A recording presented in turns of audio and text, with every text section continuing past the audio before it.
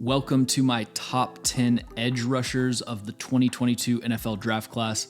Before we get started, quick reminder to check out my Patreon if you want access to my draft guide, which has scouting reports on over 150 players, pro comparisons, my full big board, combine data, lots of great stuff in there, so definitely check that out. Coming in at number 10, we've got Boye Maffe out of Minnesota. He's really a complete project. He doesn't have anything in terms of polish or technique, but he's got a 38-inch vertical and an explosive first step. So the idea is you draft him as a lottery ticket kind of player and hope that he develops his pass rushing skills. But I'm a lot lower on Boye Maffe because outside of explosiveness, I just don't see this crazy upside. He has short arms, he doesn't have great bend, he's a better run defender than you'd expect, but I don't think he can come in and contribute positively to your run defense on day one. As a pass rusher, he's really just trying to outrun guys at this point, and he doesn't have great play strength to add any sort of power rush. So Boye Maffe is to me a third-round dart throw at edge, and the likelihood of him becoming a great pass rusher is pretty low in my opinion. At number 9, we've got Nick Menino out of Oklahoma. Nick Menino is a fast, explosive edge rusher who probably has less pass rushing technique than anyone on this list. Every snap, he is legitimately just trying to run around the tackle, and he runs a 4.54, so in college he's able to win that way and get some decent production. He had 52 pressures and 8 sacks last year, but any NFL tackle will just get into a vertical set and completely shut him down. So he will need to build up his moveset from the ground up, and he doesn't have ideal length for the position, so it's just hard for me to project him ever becoming a great pass rusher. He is a really good run defender, but I think Nick Menino projects as a third edge rusher on a team that runs a lot of stunts. At number 8, we've got David Ajabo out of Michigan. Super explosive athlete. He's new to the position, and understandably, he's incredibly raw. He tore his Achilles at his pro day, unfortunately, which does drop his grade a good bit. I didn't have him as a first rounder before the injury, but with the torn Achilles, you risk him losing some of his athleticism, which is kind of his main selling point, and he's also missing out on some much needed experience and development. He's a liability in run defense. Michigan took him off the field on a lot of early downs, and NFL teams will almost definitely have to do that. He's a very raw pass rusher, but I will say, unlike a lot of the project edge rushers that we've discussed already, he actually has moves that he's trying to work on and improve. He isn't able to execute them effectively, but he's not just relying on being an elite athlete to get to the quarterback. Ultimately, I don't see as high of a ceiling with Ajabo as some other people do, and he needs a ton of development before he can be a good NFL player. Number 7 is Sam Williams out of Ole Miss. At 6'4", 260, he has a really sturdy build. I think he has solid NFL caliber play strength, which shows up in run defense and pass rushing. He has pretty good length, and I think he uses it really well. He's extremely violent with his hands, and he does a good job landing his punches and extending his arms. He's a playmaker in run defense. He makes a ton of instinctive splash plays in the backfield, but he plays way too upright. A lot of times his pad level makes it very easy for blockers to move him off the line. And the pad level issue also inhibits him as a pass rusher. A lot of times he just isn't able to generate the force that he otherwise would. And he's raw as a pass rusher as it is. So obviously those issues compound one another. At this point, he's really only got the bull rush and the inside counter as far as pass rushing moves go. He tries to execute the speed chop pretty often, but he just doesn't have good enough bend to be effective with that. But the physical tools are obvious from his tape. He gave Charles Cross a harder time than anyone else that Cross faced, and their matchup actually made me lower my grade on Charles Cross. So again, this is a high upside pass rusher who probably won't be a day one contributor, but it wouldn't surprise me if he turns into a quality edge defender. At number 6, we've got George Karlaftis, one of the more powerful pass rushers in this class at the point of contact. When his hand placement is on point and he's firing on all cylinders, he can drive offensive tackles back into the quarterback in an instant. His first step is very explosive, which makes his bull rush even more dangerous. But to me, he just lacks the bend to really threaten the outside, and he doesn't have ideal length for his style of pass rushing. And in my opinion, he projects as more of a pocket pusher than a number 1 pass rusher that can get you double-digit sacks. He also plays with terrible pad level and gets knocked over or pushed back way more often than someone his size should. At number 5, we've got Jermaine Johnson II out of Florida State.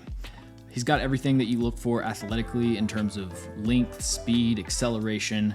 He integrates this stutter step into pretty much all of his pass rushes.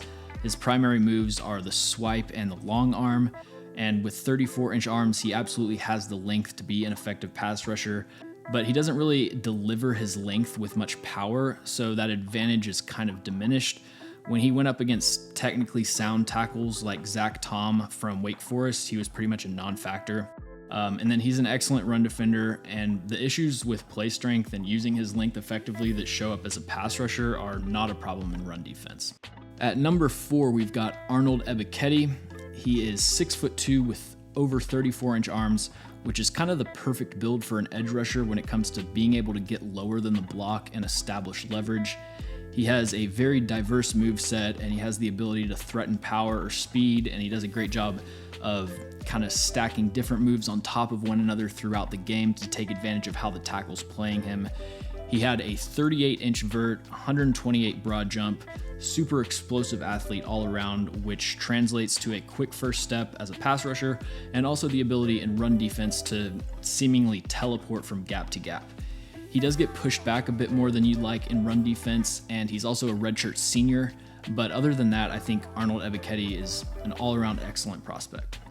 At number 3, we've got Trayvon Walker, a very weird prospect because he's an elite athlete, but his role in Georgia's defense was essentially just set the edge. Georgia was just like, we've got a bunch of linebackers that are going to fly around and make plays. You just make sure that they can't run through the C gap, and that's what he did. He did it effectively, but if you want to evaluate him as a pass rusher, you're going to have to grind through a ton of film because he had maybe 3 or 4 true like one-on-one pass rushing reps each game. And the only rush move that he really has is the bull rush, and he's not very good at it. He's, way too upright, doesn't generate a ton of force. It's really weird because he is just so technically sound as a run defender, but none of that translates to him as a pass rusher. So with Trayvon Walker, you're purely betting on the traits, which are phenomenal, but I definitely understand being hesitant about that kind of projection. My number 2 edge defender is Kayvon Thibodeaux.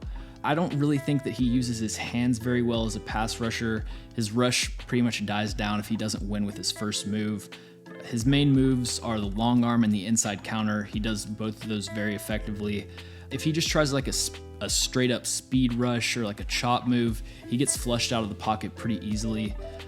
In run defense, he does a great job of stacking, very consistent about having good pad level and punching vertically and standing the blocker upright.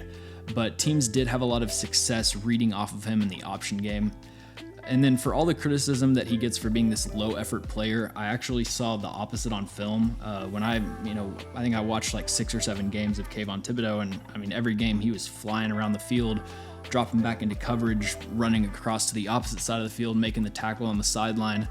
So I'm really not sure where the effort concerns come from. I don't know if it's prospect fatigue or I guess maybe like the 5 games that he didn't show any effort or the ones that I didn't watch. I don't know.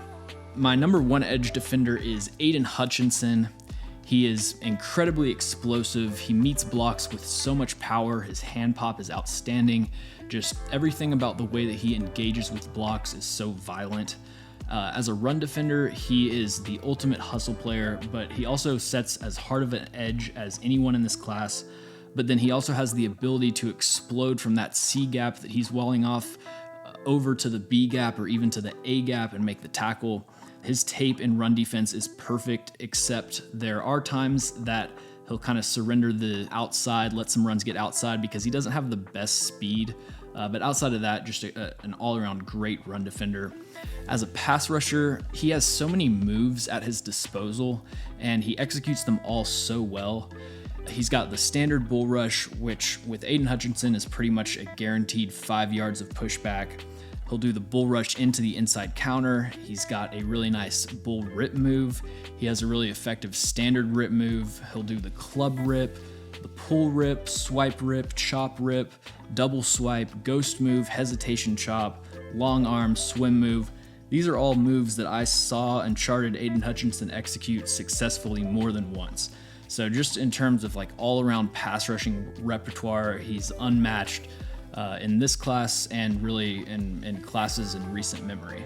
There are some things that keep him outside of the Myles Garrett tier of edge rusher, most notably his lack of ideal length, but I think that Aiden Hutchinson is a player with just an incredibly high floor, and I think this narrative that he has maybe a lower ceiling than someone like Kayvon Thibodeaux, I disagree with. I mean, outside of the arm length, he really is a high-end athlete. I mean, his three cone is the exact same as Von Miller. Like, Aiden Hutchinson is a great athlete, and what you saw last year, that's he's not maxed out. Like, he still has room to grow. So I'm a big Aiden Hutchinson fan. He's pretty comfortably my #1 edge defender. If you enjoy my videos, make sure to subscribe. Also follow me on Twitter and check out my Patreon if you want access to my draft guide.